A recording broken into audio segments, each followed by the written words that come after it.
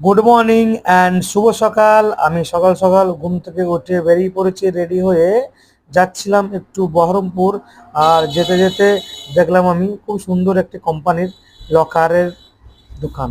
এই দোকানে আমি ঢুকে পড়লাম। ঢুকে পড়ার পরে এই যে সেলস ম্যানেজার আছে দাদা ভাই আমাকে ভালো করে বুঝিয়ে দিচ্ছিলেন, বাস আমি এর ফিচার্সটা কি আছে তো জানার চেষ্টা করলাম। আর ইনি হলেন এক দাদা ভাই। এই দাদা ভাইটি আমাকে প্রত্যেকটি লকার খুলে খুলে দেখাচ্ছিলেন। জাস্ট আমার এই লকারটাই খুব পছন্দ হয়েছে, তাই আমি এই ফিচারটা আমি জিজ্ঞাসা করছিলাম দাদা ভাইকে। আর দাদা ভাই আমাকে টোটালি আমাকে বুঝিয়ে দিচ্ছিলেন যে এই পাত কত মোটা আছে, এর ভেতরে কি আছে, এটা কতটা ওজন আছে, এর লকার কি আছে, এর চওড়া কতটা আছে। তারপরে তোমাদেরকে আমাদের ডয়ের গোনা টেনে টেনে দেখাচ্ছিলেন যে আপনি এখানে এতটা মাল রাখতে পারবেন, এখানে এতটা মাল রাখতে পারবেন।